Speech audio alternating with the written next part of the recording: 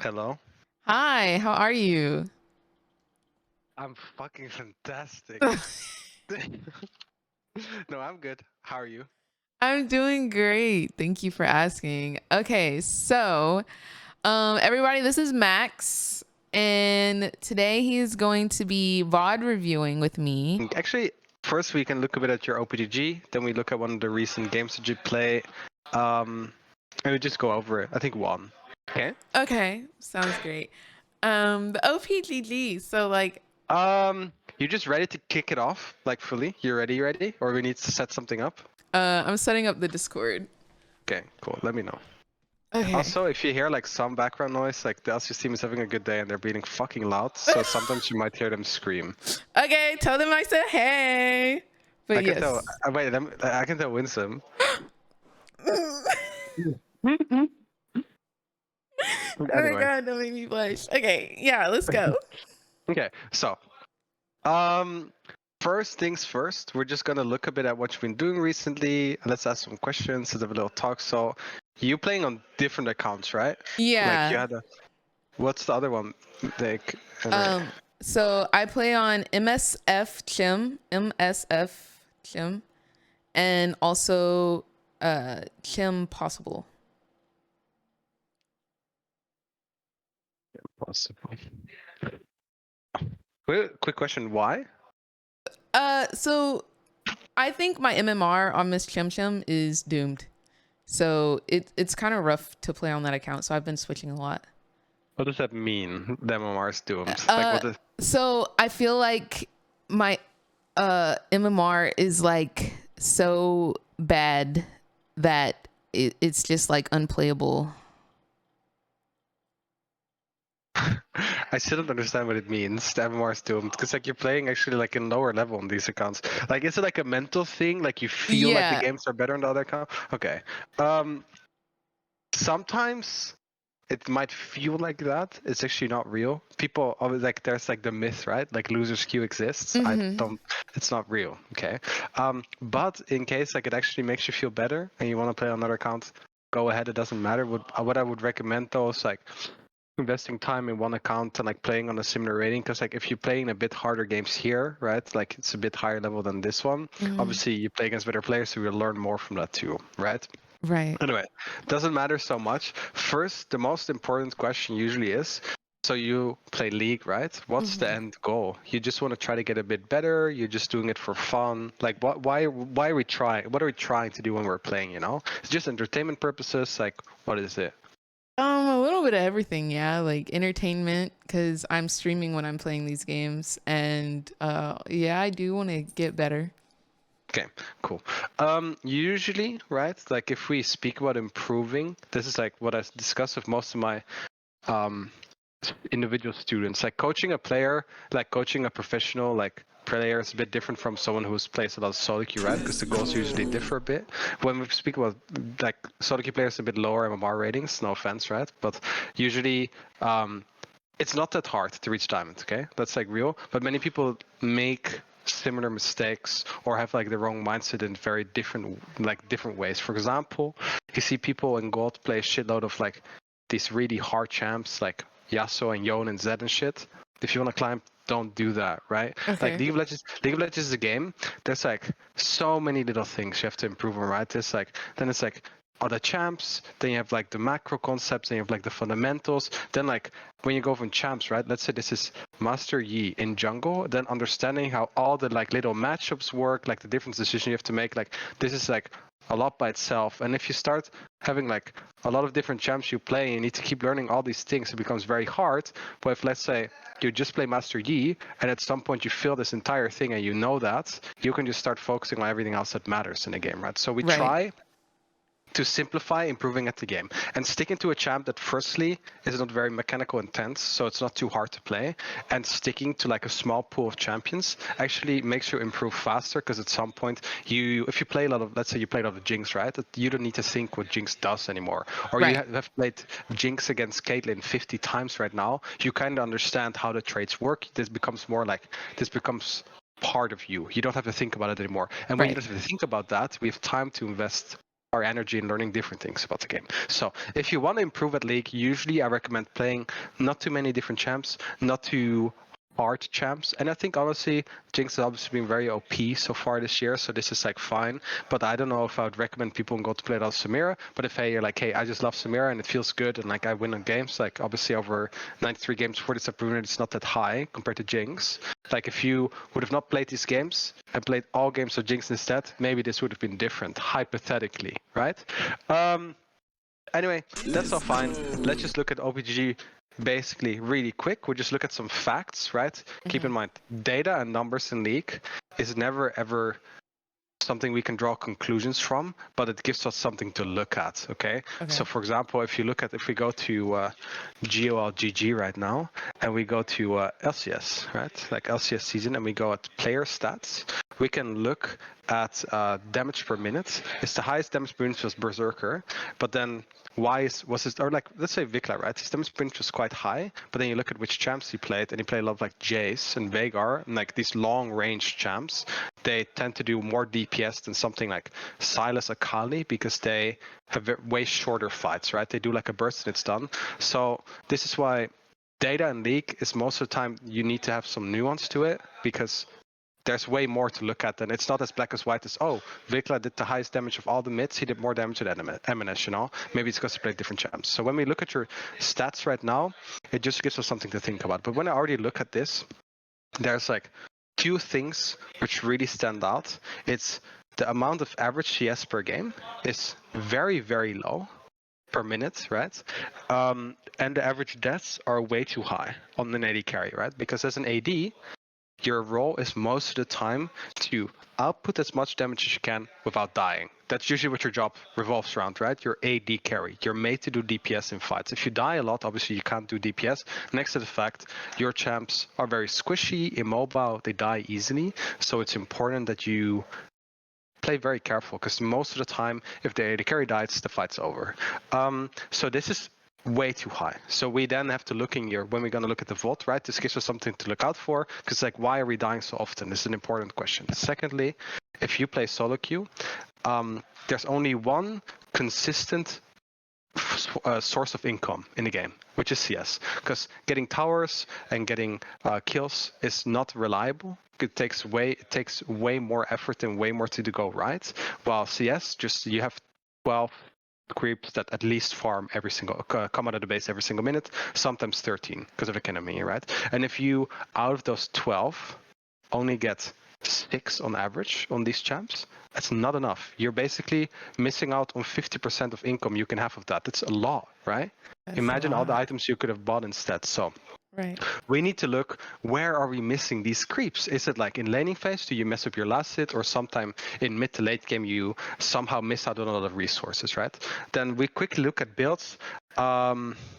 I personally, I quickly glanced over the last game. Bork first item on Caitlyn is not a good item. Stormrazor is superior. I don't know, you also didn't build it this game. Even though obviously it got nerfed this patch, why is it so good in Caitlyn? Is Caitlyn is very long range, and people like to get this. Why Stormrazor is so good is the movement speed that it used to give, which still it gives flat now, but before it was very good. But now just the flat damage of the empowered auto attack, when you're playing a champ like Caitlyn, you use this a lot, and it's just a very strong first item spike. I wouldn't say it's as OP as last patch, where you should almost build it on every AD, every single game, every single item. But still, I still think on Caitlyn, Bork is more an item for champs that play more on hit, like Twitch, Kog'Maw, Vayne. Champions like this, they are more on hit based champs. Bork is an on hit item. You won't very often see Bork built by Jinx, Aphelios, Caitlyn type champs. Okay. Gotcha. So recommended build right now, I still think, like, I quickly had a look, right? Like obviously the first day of the patch, I'm not sure if it completely checks out because we don't have enough data, but still you quickly go on the site for reference, you see a lot of people build something like this. So you go Stormrazor into Gale Force into Rapid Fire Cannon. Very, very good core build right now. Okay. So let's quickly just take a vault, yeah? So you just played some of these games. Do you have a specific one you think is important to watch, or? Yes. So yesterday on Kim Possible, I played against a Cho'Gath as Caitlyn. I would love for us to review that game. Dino. Okay, so the game starts, right? This is like the first thing. I usually address this with many of my students. League has many variables. This is why it's important that we start planning ahead of things we should think about before the game starts. So, for example, one thing that pro players very often do is the first 5 waves at least in pro play are very predictable. Why is that? Both sides understand the matchup in and out, so they know exactly what they can get done. A great example of this in the past was Rise. Rise always gets prio in the first 3 waves, especially on the 3rd wave, which means that on wave 3, which is always a cannon wave, by the way, wave 3, wave 6, wave 9 are all cannon waves, you will always get priority. So what teams started doing in pro play, they pick Renekton and Rise together, and Renekton also gets wave control. So Renekton starts stacking waves, and then Rise on the 3rd wave hard pushes his wave. He always gets priority, and then what does he do? He runs top to try to dive the enemy top laner with Renekton. This is the early game plan that is very predictable. Don't expect you to do this in solo queue, but just an example. So pro players understand the matchups in and out, and they know what to do. Obviously, you're not a pro player yet, so you don't know this in and out, but why it's important that you start making a plan of what you should do in lane is because once you make a plan, right, you're like, okay, I'm going to do A and B, and you realize that B was a bad plan. We learn from that, and next game we do A and C, and that's how we keep improving at the game, right? This is like a nice trajectory. So that's why important, like if you just play, what I'm trying to say is you keep playing and playing, you don't think about it much, you just keep doing it, you don't necessarily review the mistakes you made that often, and it slows down your progress of improvement, right? Like if you want to get better in League, it is important you do invest time in that. So we go back to the first 5 waves, let's simplify it a bit, the first 3. So you're playing Caitlyn against with Vel'Koz against. Do you remember against who you were playing? Was it Draven? I I'm think it quickly was check. Draven Xerath. Xerath, yeah. Okay. Draven plus Xerath. So if you think about this for a second, right? What do you think is going to happen in this matchup? So Caitlyn and Vel'Koz is a lot of poke, yeah, but Draven is a lot of damage early, and Xerath is also poke. So since we have so much poke, I just think we're just gonna poke and CS, but I don't want to push as much because I feel like Draven can always like E and then go in on us. Yeah. So do you just want to look at what you did, or shall I explain what my thought process would be? I think it's nice if I would explain what I think. So Kate Vel'Koz, if I look at these 2 champs, obviously not necessarily a meta pro bot lane right now, but still viable champs. What they have is a lot of range. Yes. So you very often want to play your lanes with range. You will not look to get very close. You will not look to all in, but it's important that you play range. When you have a lot of range, this usually also takes you that you can get control over the wave, which allows you to then do with the wave what you want. Why is that? When we look at the minion wave, and I'm quickly going to get rid of this. When we look at a minion wave, I'm going to draw it here, right? And let's say there's like here, these 3 creeps. These are the enemy's creeps. Then we make these are your creeps. They're like duking it out, right? Mm-hmm. If Draven, let's give him a D, stands here, and his range is this, he has to walk here to hit this creep, right? Correct. Okay. Caitlyn has bigger range. Oh, let's go a bit up. Caitlyn has bigger range than Draven. That's makes it's like obviously not the most beautiful drawing, but just for reference, which means is Draven's character goes in Caitlyn's range, and you can hit him, but he can't hit you back, right? This is what outranging means. This is why Caitlyn so often gets push and wave control, etc. So what we try to do then, and most of the time in the matchup, is when he wants to hit a creep, we want to try and punish him to hit him back. What is important though, is when we auto-attack an enemy, so when we use an auto-attack, our character becomes stationary. It's like standing still when auto-attacking. So if you then don't turn around fast or use your E, for example, after you hit him to like deny him getting an auto on you, you get autoed back, then Draven has an X, and you lose the trade. So bot lane matchups are way harder to learn, I have to admit, in solo lane matchups, because there's so much more to it, you know? There's so much more depth. Very often you have like, instead of in a single solo lane you have 2 champs, in bot lane you have 4 champs, right? It adds way more variables, so that's just double the amount. So it becomes a bit more like it becomes way more abstract most of the time. And also, since you rely a lot on how you support places, it changes a bit, but still, there are basic fundamentals you can implement in your gameplay to try and make sure, even though you have a bad support, to set them up better for success, okay? Let's just start looking at the game. This was just a bit of theory before. We just have a look right now. So, first things first, level 1, you're not focused. This is making me very sad. If you're trying to win, this is not good. I get it, Dino's very cute, but hey, like, what are you fuck are you looking at right now? You're reading the chat, but if you're trying to win, this is not the right thing to do, right? We want to focus from start to finish in order to win. Now, while you were zoned out, you see the enemy appear. Okay, you're paying a little bit of attention, but the moment you start clicking is already when he's basically almost dead. Don't think even maybe you could do much for him, but still. I'm sorry. It's all right. That's fine. I mean, like, I'm not like you're losing, like you're putting yourself already behind from the start, right? Choga already got a kill. This is very dangerous, as you can see what I'm speaking about. Like, you're using your spells, like your Q or your auto attack make you stationary. So while you're throwing your Q, he has time to walk forward and hit you. You see that? Well, if you would have kept walking, they would never catch up, kind of. They still don't, because they don't have the champs or the spells for it, but just something to think about that you have to be careful with that. Yes, sir. I don't know what the fuck you're doing right now. Just go fucking here and base. No? Like, what is your plan here? Why are you drinking your potion? You cannot stay here, because if you stay in lane with this HP, the lane is lost. Like, it's not like they can dive you. You just like walk down, stand here, click B. They can't get on you, right? Like, what was the exact, like, what was the thought process here? Like, you think you can fight them? I don't know. I don't know what the thought process was there. I think I was nervous. Nervous? I think I was But nervous. even if you're nervous, then just get away as far from the fight as possible, right? Enemies here, they can't all go through the tower. They're level 1. Just go down and base. Also, if you are most likely going to base soon anyway, don't drink the potion. It's a waste of potion, right? Right. That makes Because sense. now you drank it, and now you're regening in the fountain anyway. Right. So now you get back. You lost 1 creep of XP. This kind of sucks. Why? Because if enemy got it, how XP works in duo lane. If you get the entire first wave of XP plus 3 melee minions of the next one, you get level 2. This is when you level up. Important, right? That Right. you know this, because then you know when to start playing aggressive, but also you know when to respect the enemy. So the next wave, they already have full wave control, they got all the XP, so we have to play a lot safer right now, which is not nice, because while we have to get a last hit on this, we have to just play very, very careful. Mm-hmm. This is not good. So, that you Q to get this creep, I think it's fine.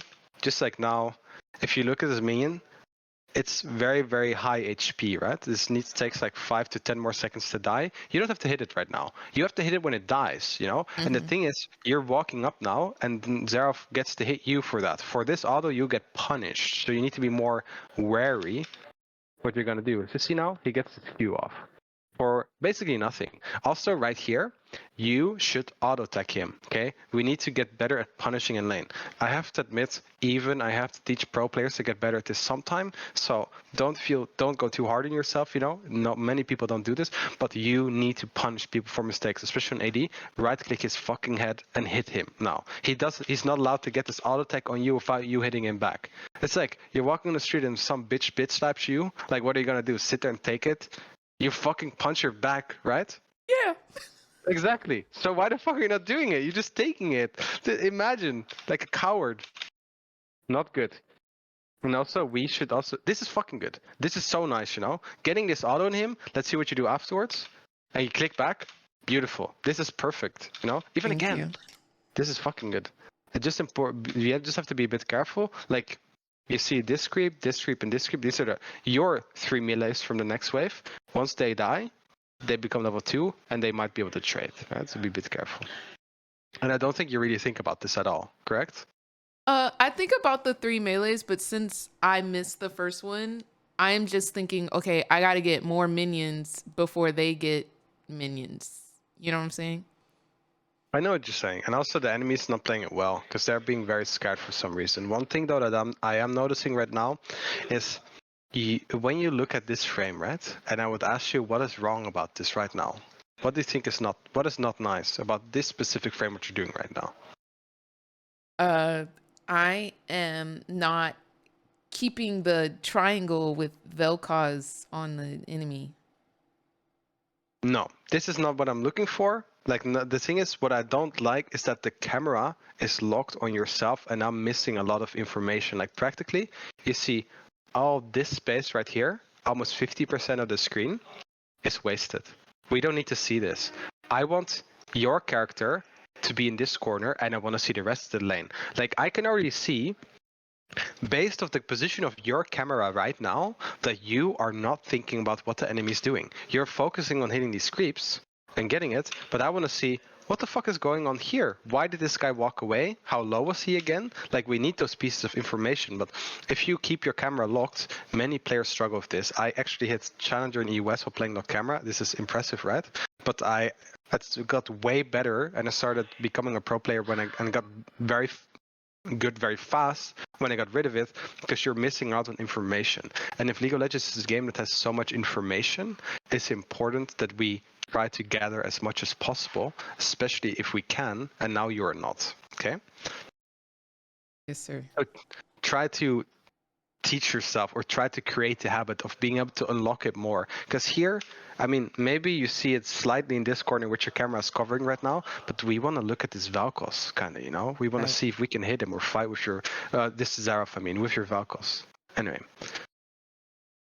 This is better. I think even you're maybe even clicking spacebar. Yeah, Like, I don't play locked. I hold spacebar. Mm-hmm. I would try to get more used to playing without it. It's very, very important. Okay. I think we saw Draven base. He cancels his base one time, but I think he wants to base again.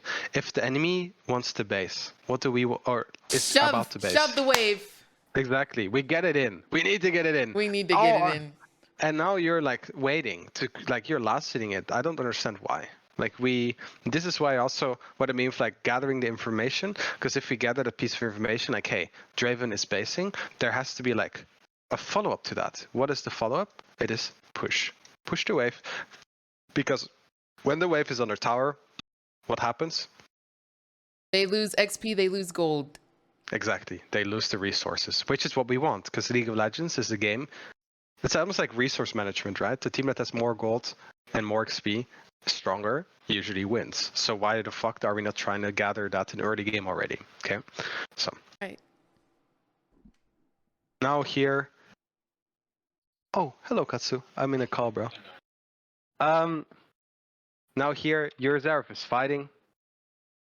You're not like, your Vel'Koz is fighting. You're barely helping him, and now you start fighting when he's already done with the fight. It's a nice punish, I guess. I don't know what the enemy's doing. Could you kill them here? Like, when he's right here, up, I should have been walking up with him, yeah. The thing is, like, this is, if he wants to do that, most of the time in solo queue, you better both commit to a flawed plan than let him do the bad plan alone and you be here, in my opinion, at least in lower ranges, because I actually think he's making the right play. If you're always going to do your own thing, especially in a duo lane, and you're going to be completely disconnected, usually if one person commits to a bad plan alone, it's bad, but if two people commit to a bad plan, it might actually still work out somehow in the game, you know? In League of Legends, especially in pro play, like in the teams that I work with, most of the players always agree, if there's a call being made, just follow the fucking call, even though you think it's bad, because it's better you make the call together than have some guy do it alone and it doesn't work, all right? And here, once again, like, you should have been able to look at them, you know? You see it now, like how clearly it is that this little Zareth, oh my god, like it's like a little nugget in their fucking side of the screen. Like, you don't see that, you know? So you need to look at that. Yes, sir. Now this is nice. It's good trap. I think you you didn't have to E so early. Does it keep looking, right?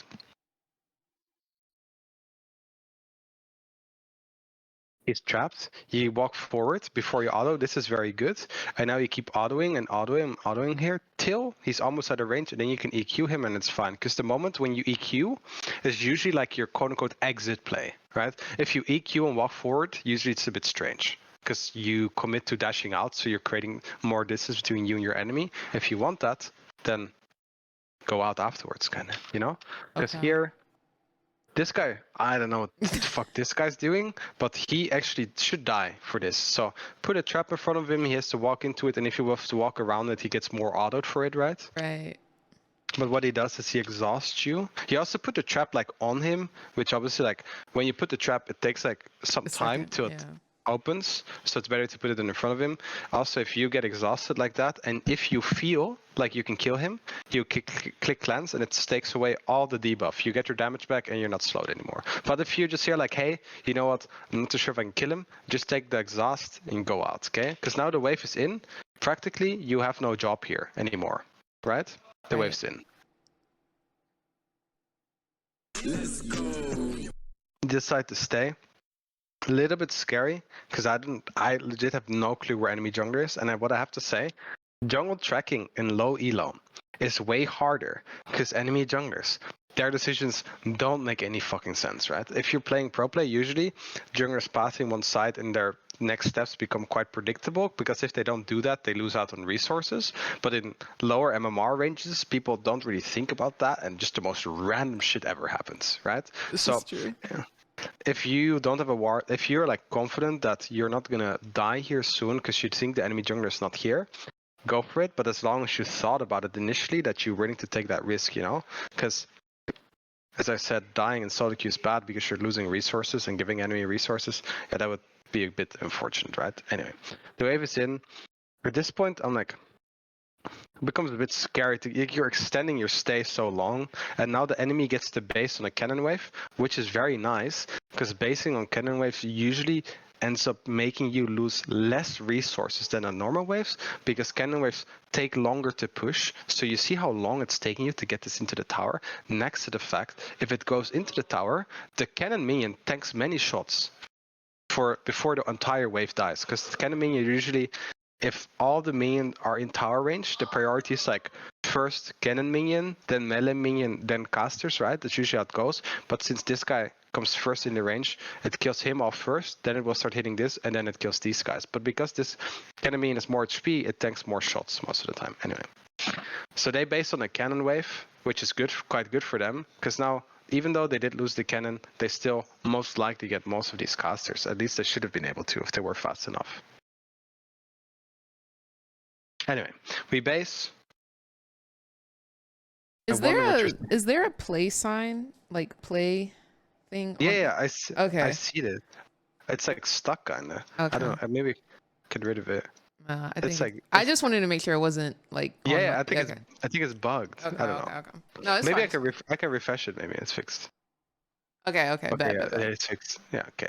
So Thank you. we're walking now already. This would have been a perfect base timer to get your Noon Quiver and build it out into Storm Razor later. Sadly, you decide to go for Bork. It's not like keep in mind, items is like.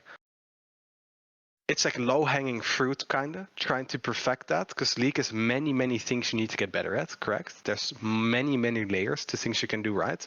Items are important, but if you are fucking good at the game and you build shit items, you can still win, kinda, right? So it doesn't matter as much, but still, we try to, it's an easy thing to be more efficient at, so please think about it. Okay. Now, when you're walking back to lane, it's a perfect time where you don't have to think about much. Like you're not playing actually, right? You're just walking for like 20 seconds. This is a great time to either look at your own wave to see what you think about what you want to do next, what's your plan of action, but maybe also start looking at a bit of other lanes to try to gather some information what's going on, right? So if you look at top right now, for example, and you see that Cho'Gath is very low HP. You see he has 20% HP and no mana. What do we think he's going to do next? He's probably gonna base. Base. So then, do we think enemy jungler is going to be topside? No. No. So then, can we predict that? Like, then we can maybe make a read, right? We feel like he should be bot side right now. So then you can make a decision how you should play the next wave. Either play more aggressive or defensive. It doesn't matter what the decision may be, but we need to think about that stuff, right? Okay. That makes sense.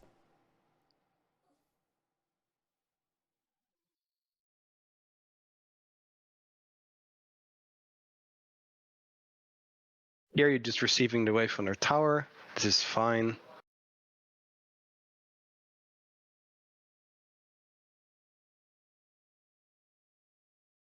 Missed a bit more than I wanted from that wave, but we will get to that later.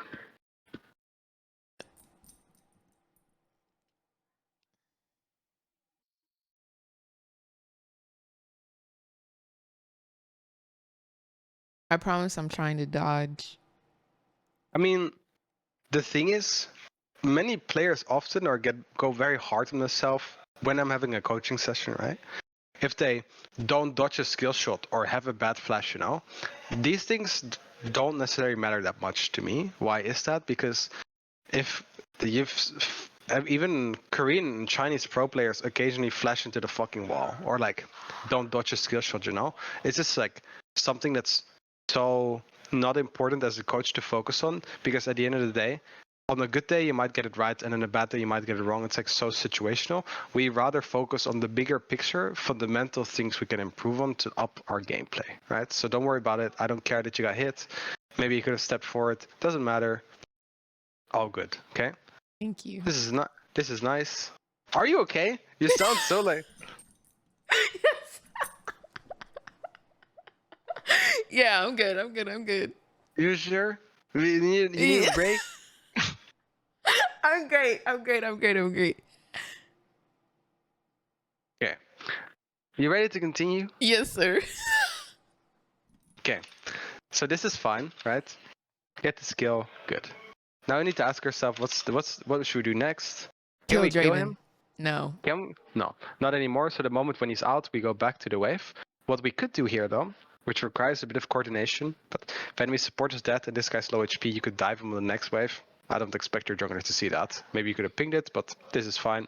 This could be a nice time to either get another base in, or maybe get a plate, right? The only thing that we have to think about is when we get a plate, we commit to staying on the map for another minute, and then you have to ask yourself, is that correct for me? Since your support probably is the base soon, maybe you want to base at the same time, because if you and bot lane are out of sync on your bases, this usually causes problems. Why is that? You push the wave, he bases, you stay. If you push a wave, what happens to the wave afterwards? It comes to you. Comes to you, which means that then it has to go back into, before we can base, it has to go back into them again. And then when it goes back into them, you can base, but then Vel'Koz is like on the map with no job, right? He can't stay in the lane anymore. Some supports can use these timers to roam. Vel'Koz obviously prefers to be in lane in a bully, so you preferably stay in lane at the same time as much as possible. Anyway, if you make the read like, hey, I want to stay, that's fine. But usually also take into consideration, if we stay, we need to think what's going to happen in the next minute, and can we take that, quote unquote, right? Okay. And here I think it's fine, because enemy AD is low resource and your Vel'Koz is staying, so just getting the plate is nice. I like this trap. This is good. You can also, now you put this trap here. Oh, you put it here. What you can also do, you put it here under the tower. They cannot see that.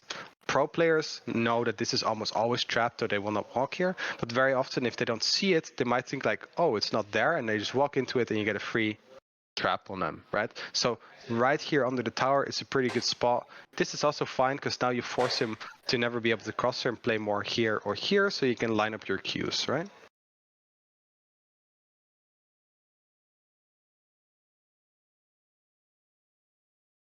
Let's have a look quickly.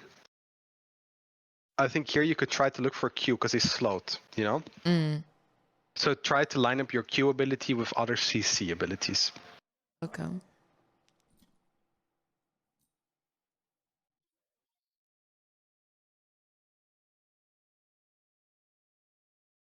This is really good. Yeah, you Does he like die that? here? You like that trap right there?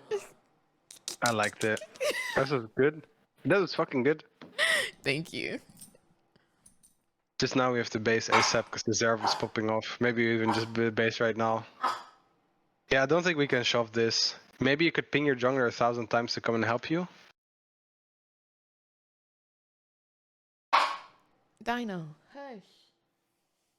Well, what are you staying for? Like, just... I hate that Sometimes I'm it feels missing like... that wave.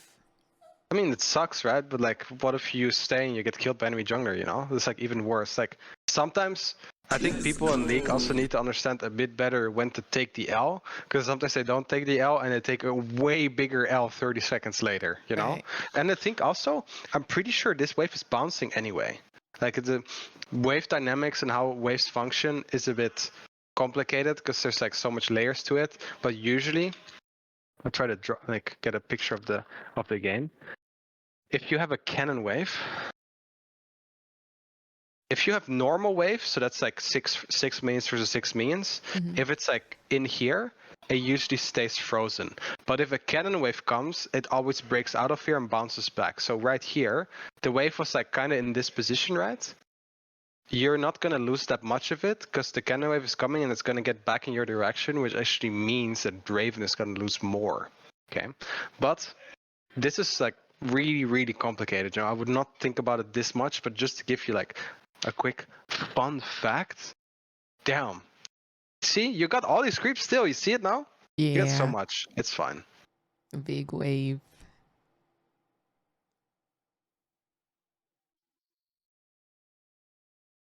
You know, just CSing or whatever, you know, getting most of it, you know. Only missed one. We're just farming a bit. It's okay. Okay, lost other melees. Not so great.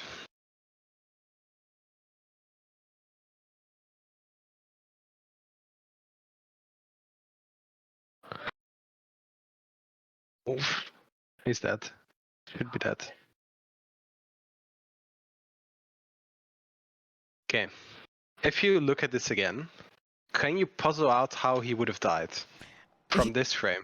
I should be trapping right now, and I should also be pathing forward to him. And then like I did that thing with the EQ where I create the distance instead of pathing forward to stay on him. Yeah. Also, I think if you would have cleansed this, he maybe would have even died, to be honest. And also, but mostly, I would keep clicking forward, because here he is CC'd. Then you put the trap and then keep hitting. Because now you didn't use your E, but once again you see, right? Your Q makes you stationary, so he's starting to get away. And it's like sad, right? See him walking, running. So 10 stick last, don't Q but keep auto attacking, most likely dies. Okay? But it's fine. This is all micro, it's like not that important. So now he's 1 HP, he's fucked. So what do? We fucking one shot the wave. So we line up. Do you think this is a good Q? I didn't hit all the minions, so no. It could be a bit more efficient, right? Like, keep in mind, improving at League very often is being very, very nitpicky at a million little things, but at the end it all starts adding up. So probably if we stand like here, we can get like this angle, and then we get 5. I don't think we can get 6 because these are like a bit awkward. But if you hit 5, makes your push faster, makes him lose more creeps, gets you more ahead in gold, right? Which is the goal. Now we hit like 3 instead of 5. Anyway. You missed that creep for fun. Also not too great. That's not your fault. Draven is staying for some reason. This is really good.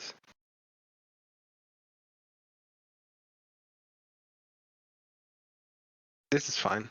Your Warwick will most likely kill them both. Yep, they both die. This is good. This here is kind of what I mean for like not trying to stay too long.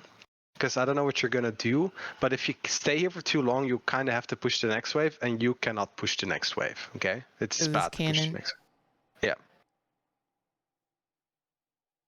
like you should practically die. Like if I'm enemy jungler, and I see this, like you already hitting this, I'm like, damn, she's crazy. Especially now, I'm like, okay, like if I'm looking at this, I see if you don't push the next wave, you're fucked. So I'm gonna try you from stop pushing the next wave, right? So you're just overstaying. You're welcome a little bit. Also, the Q was not efficient. We go up here to go straight into the entire wave.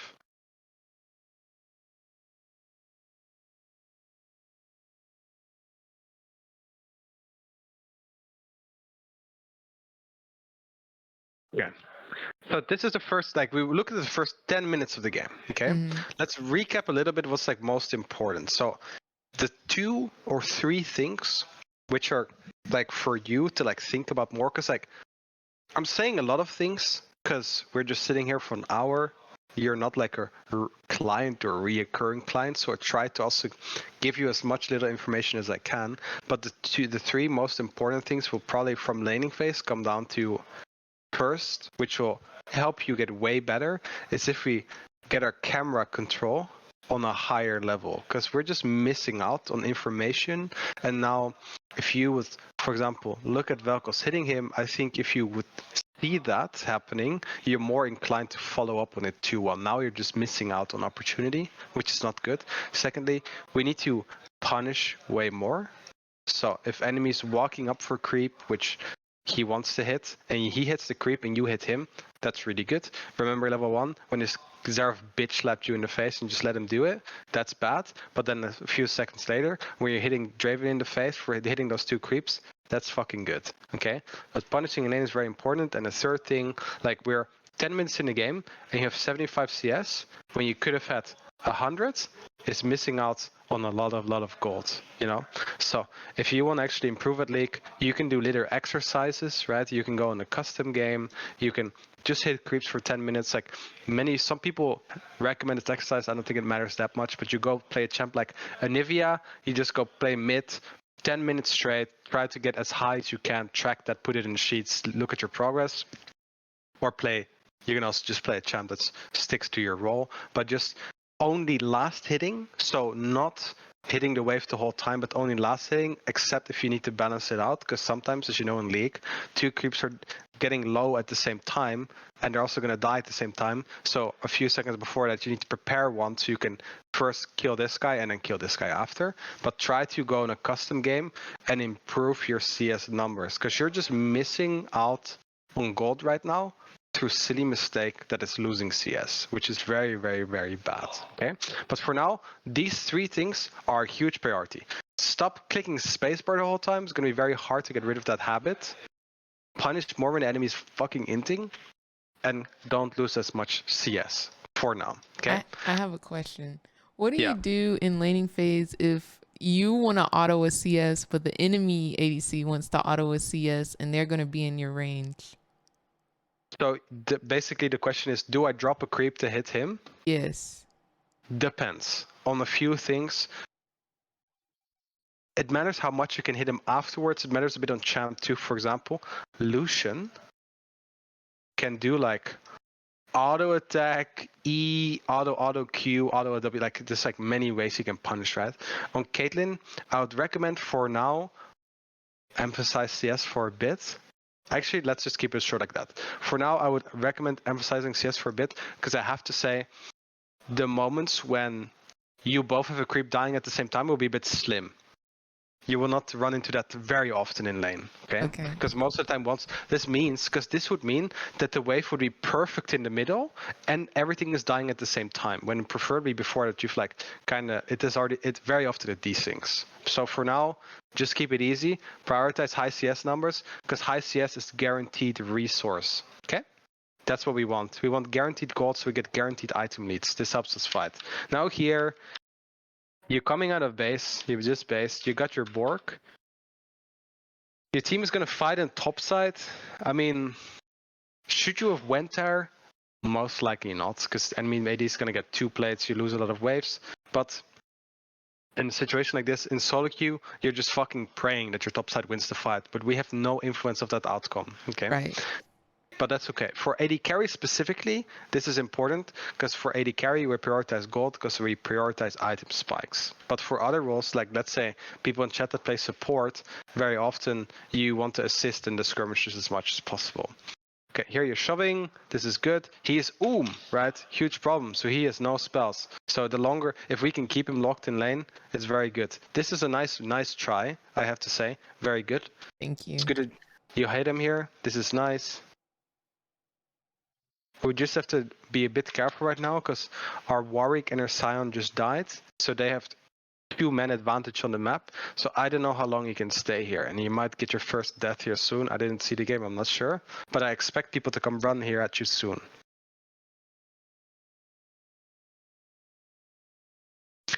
I think I don't have to say what was bad about that, right? You know. Yeah. Like, why didn't I auto? I don't know. I really don't. But he also healed. So, you know. Yeah, you just wanted to, like, you're just being nice, right? Yeah. You're like sportsman-like. You're like, oh, this is such a silly mistake. Let's let him live. Yo, thank you so much for the follow, Des.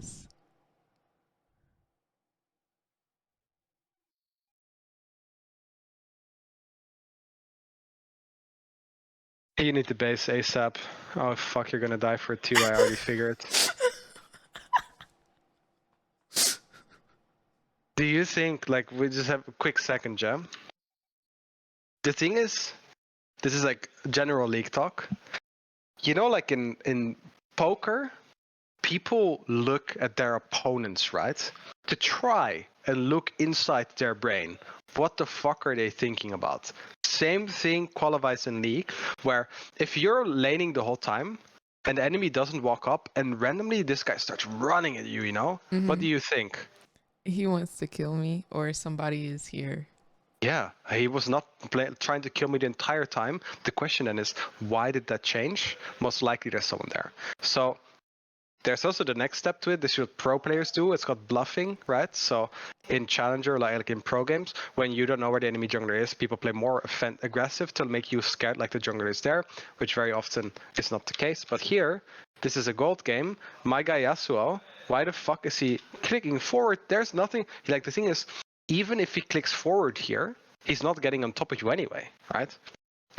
Can he get on top of you right now if you just click back? No. So why is he coming? Because maybe someone is trying to kill you from here, right? Dangerous situation to be in. So we need to try and look at his behavior from the enemy to try to make a read what is going on. And here, based on how he's playing, I thought this was kind of suspicious, and you hopefully should have seen that too. And now, cleanse doesn't work on knockups, by the way. My bad. You get fucked. Maybe you live. Nah, you don't. You're dead. Okay. This was a silly mistake. Apart from the fact that we could have maybe seen that Yasuo had an ally to help you kill you here. This is still. We should have like based on this wave. Like, I don't care if you can hit the Yasuo like too much. You're overstaying. You're welcome on the map. Like, the enemy is already coming out of base and going back on this side after winning this fight on top side, you know? You should have really paid attention. And this is also what I mean with, like, I feel like you are playing, like, the map looks kind of like this. Can you zoom out? Like, this is all that matters. This is how you're playing. This is League of Legends.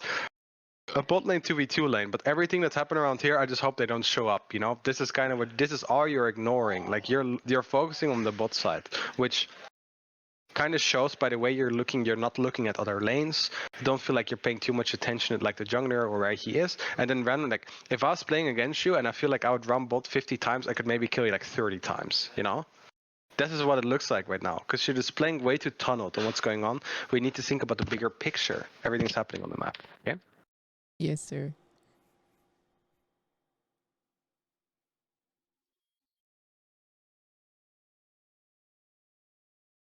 Now running bot again. Get backup. Not bad. Does it work? It does. That's good. Here, get the tower, you base. I think this is good too. Goodbye. Now start playing mid. This kind of sucks, by the way. Like, for real though, about solo queue and lower elo. This is like generally, also for other people in chat, this is really hard about playing mid lane and AD carry in solo queue. Why is that? People don't understand that at some point in the game, bot lane goes mid and mid lane goes side, because we can then split resources on 3 lanes. Very often, multiple people will walk here, you know? Right.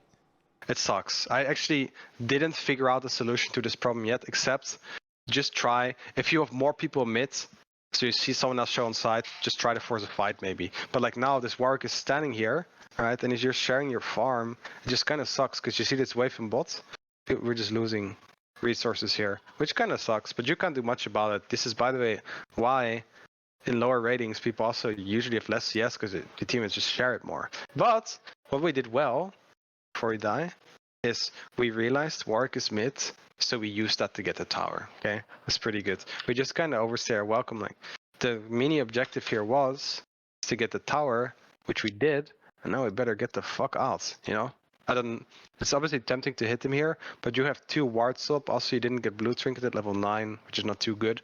And we just need to look at the map and try to assess which points are dangerous, and usually what's very dangerous in the game is fog of war.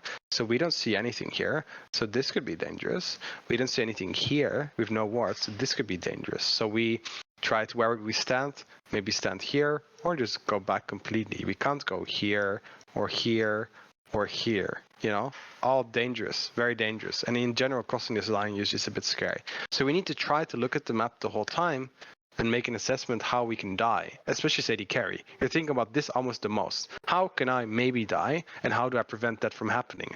And here it was playing close to the wall. Luckily, your team, I guess, punished him and you didn't die, but this, it's obviously fucking bad, because you should practically die for this. I don't know how the fuck you survived that. I'm a better player. I guess. Now here, you're running bot again. I think now it's like good you're getting farm, but at the same time, maybe your team starts fighting. This is so shit. I hate this so much. Like, this is what I kind of hate about solo queue. Like, practically, if you go bot take the farm right now, and enemy Draven runs top and they start a fight, you can instantly lose the game over that, which is like sad, because it's correct for you to get your farm here on bot side, but it just kind of blows. Anyway, doesn't matter too much. Right here, let's just look at a fight.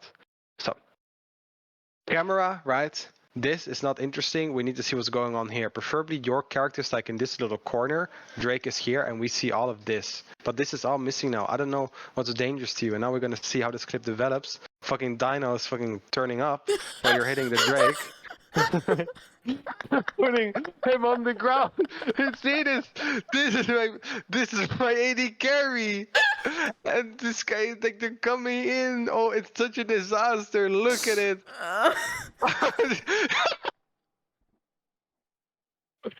Funny. He was like in the middle of the way. Look at the shit. She's not.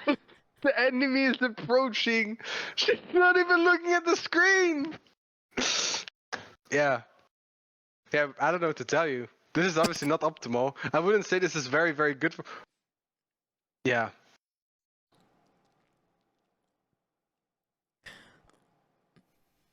He's also fucking fat, you know? Yeah, like...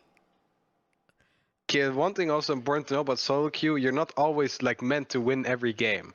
If you played fucking insane, you could have maybe played just as fed, but let's say you're playing your own skill level and you're not expected to have like 20 kills. You're just like naturally gonna have a hard time killing this guy this game, which like sucks.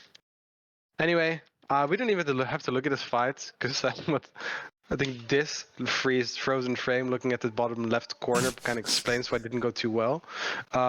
But you might argue that it was a hard fight anyway, because this guy's not here, and I think he is a bit important. But they're playing a 44, so maybe. But let's go on. Let's move on. Okay. I think that's a good idea. You look at the map. 2 people dead. This is good. You can play mid here. Nice, we get a tower. Think it's good that your pinger support, that your support is pinged away by Jarvan. The play here is over. Oh shit, what happens here?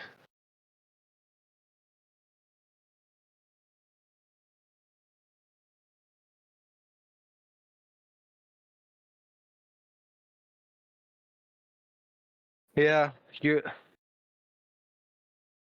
don't know if you're really allowed to like get this wave when your whole team is leaving, you know? Like, look at the map. Fence a bit faster, maybe you could have lived, you know, but generally you have to ask yourself, is this the correct place to be right now? If anything, I think I should have been playing towards top side. We can play here, yeah? Yeah. But also we have IE in base right now, right? It's a good base timer. Like, Yeah. we need to look at, like, we try to get our spikes as fast as possible most of the time, right? Right. Now here, this is another representation why the current camera control is not optimal, obviously. Firstly, very, very bad queue, right? Like, you're standing stationary in front of the fucking 20 kill Cho'Gath soon. Look at this guy. It's like, did you watch Avengers Endgame? Mm-hmm. It's like Thanos. He snaps his finger and you're fucking dead, you know? Very true. And then you're like, let me just fucking like look how much range is between you guys. That this guy, fuck, he probably like one auto ulti you and just get nommed back to the fucking fountain, you know? It's like, I'm surprised this guy doesn't actually instantly one shot you. He's like waiting with you.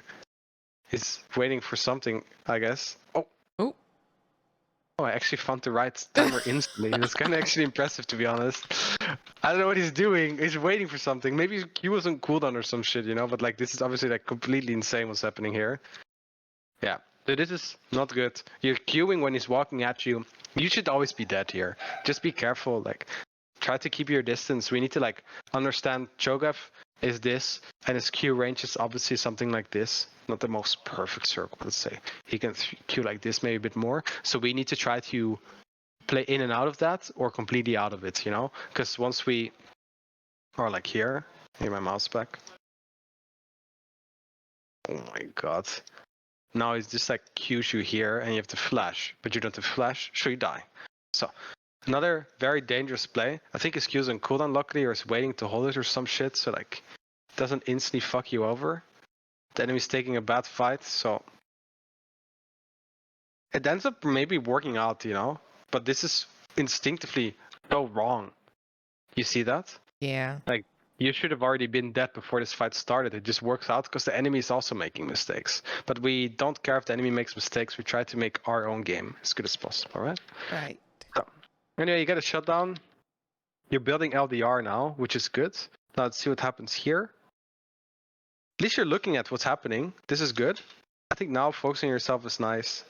You're just being zoned by the Xerath. Honestly, I have to admit, not much you can do about this now. Because your team is playing very wrong. Because your job as AD carry is like to hit people. And this is nice for the other people in chat to play other roles. Some champs, like tanks or supports, create space, right? If you are an AD carry, let's say you grab this guy, and you're trying to walk in here, but the jungler is here and your support is, let's see how it looks on the map. Your top lane is legit fucking here. And your mid laner is here. And your jungler is here, you know? How the fuck can you ever include yourself in the fight? Because if you walk here, they will instantly kill you. So now you're forced to walk all the way around to already only be able to help, when in reality, they should have recognized that they need to almost like include you by like walking in front of you or like help you get in, which they don't do right now. I don't know why they're like fucking getting all these random angles. They should like try to sync up with you right now here, you know, Right. like to get you in, but they all go out and it becomes like super hard after that. So not really your fault. The only thing you could, bless you, the only thing you could maybe do is walk like all the way around, or maybe walk like here and net over the wall or some shit. You could have to get very creative to include yourself, but this is off limits right now. They put a little sign here that says like closed, and it's fucking dead. Like, we're not walking through here anymore. And the Drake is kind of gone anyway, so the only thing your team can kind of do right now is try to play to stall time, to not let them base or time can get an inhib, but it's hard.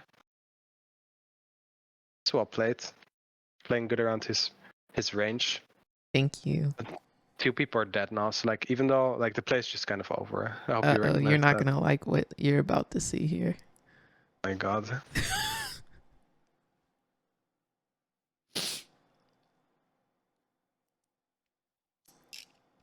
Should I just move on? Honestly, I want to hear your thoughts, because I feel like the Amumu part was good, but the Cho'Gath part was a little sus. Like, knowing he's there. We just like, we're gonna like, I'm just gonna paint it out for you, okay? Okay. Does this guy have a shutdown? No, right? Right. So what is like, we're gonna look at our investment and our reward, okay?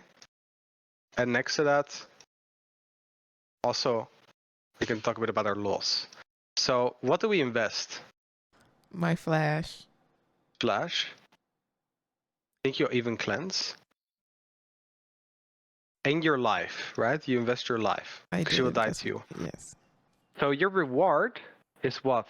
300 gold? And you also lost minus 300, because I mean, you gave that to the enemy, I guess. So basically what it means, like net profit, we had 0 revenue or like 0 win, but we did lose our flash and our clan switch on AD carry is super fucking important, okay? I am a big believer in solo queue most of the time. Don't really flash for this, flash for kills or cleanse for kills, except if you feel like you don't need it. This is really important. Feel like you're playing Lucian and your flash is not that valuable because there's not much threat on you, okay? But most of the time, use and hold your sums for more important purposes, okay? Like now you invest all this, you get 300 gold, but this guy kills you anyway. Okay, maybe you got his flash too, but his flash is not that important because this guy has like 5k HP. How much HP does he actually have? I'm curious. He Can I see can't. that? He can't flash eat me anymore though, right? He has 7k HP. 7k, what the fuck? 7.7. He's 8k HP. He can't flash eat you anymore, but you also are now constantly in danger of a Mumu or fucking him getting a TP on you or some shit, you know, and getting in your range. Like it's just not worth it. Okay. Yes, sir. Now here you get a kill. You guys tried to start Nash. Hey, you're doing good damage here. This is kind of good. Now he's going in at the wrong time and basically killing himself because you had to walk back. Maybe you didn't have to walk back so far, to be honest. Like you could keep walking forward. Like now you can keep walking forward again, right? Like why are Yeah. you going here? There's like no danger, like far from this range. You even keep walking, and now you decide to turn around. Maybe a bit late. Could have done it earlier. Could the fight have been won?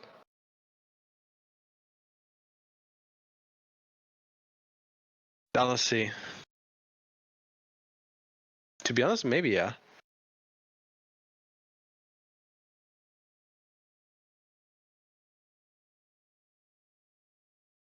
To be honest, I think you guys could have ended, maybe, Oh, if you just really? hit the tower, yeah. Because you have a three super minions and you're like one shot that shit.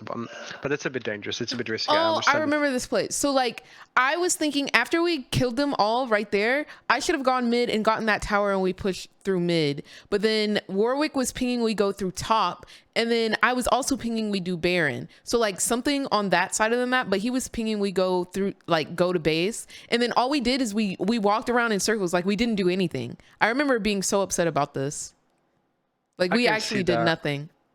I mean, objectively, the correct play is Nash, I think, because like going for the end is like very, very, like it's a bit flip. I don't know if that works. Like you see Kinda. how I'm like walking back and forth, like I'm looking at Nash or I'm looking at mid, like that. Yeah, I wanted one of those, but he was pinging.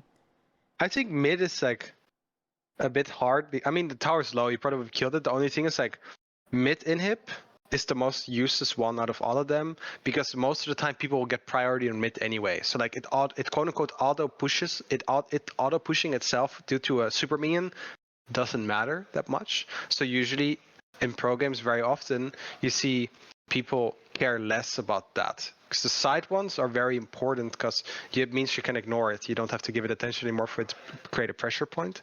But I just think it's a Nash. It's a Nash angle. You get Nash. Then after that Nash, you just try to crack open their base. You can maybe end of it. But obviously, I understand that it's frustrating when you're walking around in circles with this guy. This guy making a call and you making another call and both like this kind of what I mean is like sometimes you're just kind of forced to double down on another guy's play because then at least something happens, you know. But yeah, he didn't get anything for it now. This just sucks. I remember He also being really upset. didn't base because now you stay on the map for super long, and now there's like an important fight coming up, and you're sitting on 1.3k gold, which could be another BF sword, which is a lot of AD, you know. So you guys decide to give up Dragon, I think, or something. What happens? So Warwick kills himself. You guys go to Nash. I mean, it's good. This is a good call. Jarvan made a good call here. This is good. They take the Drake, whatever. Here the game is actually, I think it's won. You guys should have been able to end.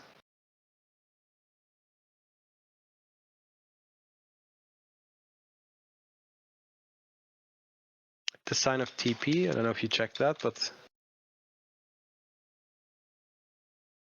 I don't know, your teammates are doing like making mistakes. Like you should have just went mid and tried to pressure them off and you would have gotten it. Oh no, don't ever buy this shit on AD carry, okay? Yes, sir. I think here, this item, really good. Okay, because now what it does, like it's based off your level, it gives extra ID, so the later in the game you buy it, the higher value it gives. The shield is very nice, the lifesteal's nice. It's tempting, right, to go Black Cleaver. I think it's maybe a quote-unquote creative solution to this fucking Cho'Gath, but overtech. Just it's more of a bruiser item because the HP and the ability haste is kind of wasted. But the passive is not bad, right? Like the shredding armor per auto attack. Then here, you guys are going bot for fight. Their whole bot lane is not there, which is not bad. The Yasuo will. What the fuck? Sion ulted into the tower. You see that? He was coming. I was looking at it. Wait, why is there no ult? He even. Oh my god! He charged it like now, and he instantly like hit his head into the tower. It looks so embarrassing. Wait, didn't even see that guy. What the fuck?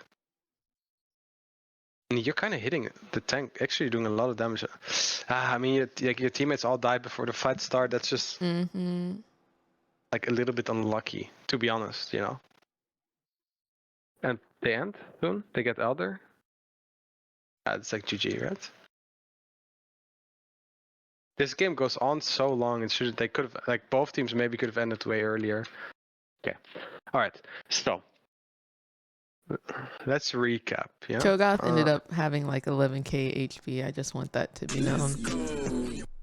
Yeah, he also dropped like fucking 23 kills. It's kind of insane. So based of everything that I've seen, right? So like the most important thing about a coaching session, usually we come to a conclusion, right? Like what is gonna help you the most into improving in the future? What do you think it is? What's like the most important things right now? The unlock camera and positioning my champion where I can see more information. Yeah, this is very, very important, especially on AD carry. Next to that, CSing. CS. Third thing is don't have Dino go in your lap mid-break. I think that helps occasionally, but let's leave that in the middle. Another thing is like, I think you have to do a lot on a carry, something I call like risk calculation. So you kind of, you need to kind of think about, basically the question is, how do I die? Question mark. This is important. So remember when you're like playing on mid, somewhere like here, I think it's soon. Like this. This is obviously not legal, you know? You need to ask yourself, how do I die here? And it's like if they get on me, if the Zeraf like gets on me and they run me down, you know? Like your teammates can't help you anymore at this point. It's the same as a bit before when it's a Momus looking over the wall. You need to be like, the fourth thing, which I would recommend, is have like a, let's say, proactive. It's very awkward to write with a mouse. Anyway, proactive mindset. What this means is when you're playing League, there's so much shit going on. If you're not thinking about everything that's going on constantly, you're missing out. Like pro players, good players have to keep asking themselves, where's my jungler? What do I do with this wave? When do I want to base? How do I trade? What do I buy next, you know? What's the next step? How do we play for this dragon? Who doesn't have flash? Like you need to keep thinking, you know? Like sometimes I see you just kind of, no offense, you know, like just you're kind of vibing and understand, right? That's more challenging as a streamer, you know. I understand, but here, when this is a timer, when walking out of base is a nice time to interact with your chat at the same time, it's also the perfect time to look at the map and try to see, hey, what are the other lanes doing? What is maybe going to happen in the next minute? What should I do? Hey, what items should I maybe buy? Like your off time from the game, which is usually when you're basing, when you're walking out of base, is the perfect time to start asking yourself these questions. Obviously, if you're a streamer and hey, it just means more to you to be interactive, which in your position, I can totally understand, right? Doesn't matter. But for people that actually want to improve, proactive mindset to the game, keep like asking yourself proactive questions about League. Where's the jungler? Like what do I have to do next? Like what do I want to do with this wave? Do I stack one more before I crash it? Whatever. Very important. But now unlock your camera. Try to get better at CSing. Try to calculate more how you're gonna die soon and have a proactive mindset in the game. 4 things you have to focus on right now. If you start doing this, trust me, the games will look a bit better. Okay. Okay, can you, those were a lot of questions to be proactive. What would you say are the top 3 questions I should ask myself when trying to be proactive? It depends a bit per state of the game, right? The question you might ask yourself in early game is a bit different from what you ask yourself late game. In the laning phase, right? Let's break it down between lane and late game, okay? Because late game and mid game in solo queue is a bit the same. In lane, usually you want to ask yourself, where's the jungler? What do I do with this wave? Let's say on this wave. Oh, it doesn't. Why am I? That's fine. I know what you mean. What do I do on this wave? And when do I base? Okay. Jungle, what do I do with this wave? When do I base? Yeah. Do you ask that this will help you like think, oh, I don't know, the jungler might be bot, so I don't think then like it almost answers this next question, right? You're not gonna push it. You probably maybe need to leave it, you know? Right. And when do I base helps you kind of pre-plan what's a good time to get your item, because it's important in lane that you take base on the right time. Well, in late game, your questions will revolve more around team fights, right? Like, how do I die? Oh, how do I die? Most of the time, this is the most important question. You need to start looking at their comp, then still look at your item spikes. So like this question kind of checks out. But mostly in late game, they prepare yourself for fights. So what spells are dangerous? So if you have an Orianna, you're probably like, oh, I should look at Ori where she plays her boss so I can't get hit with that. Maybe you're playing as a Kali, you're like, oh shit, I need to be careful that she doesn't flank me from a side, you know? But for sure, the early game questions for a proactive mindset, these are the most important for solo queue for sure. Okay, so where's the jungler? What do I do on this wave? What do I want to do with that? Do I crash it? Do I stack it? Do I let it come into me? And when do I want to take my base to make sure you get your spikes? Okay. Yes, sir. That's it. I think for now, that's important. Awesome. Thank you. Thank you so much, Max, for taking your time out of your day to do this. I think I am ready to take on solo queue with my newly acquired knowledge.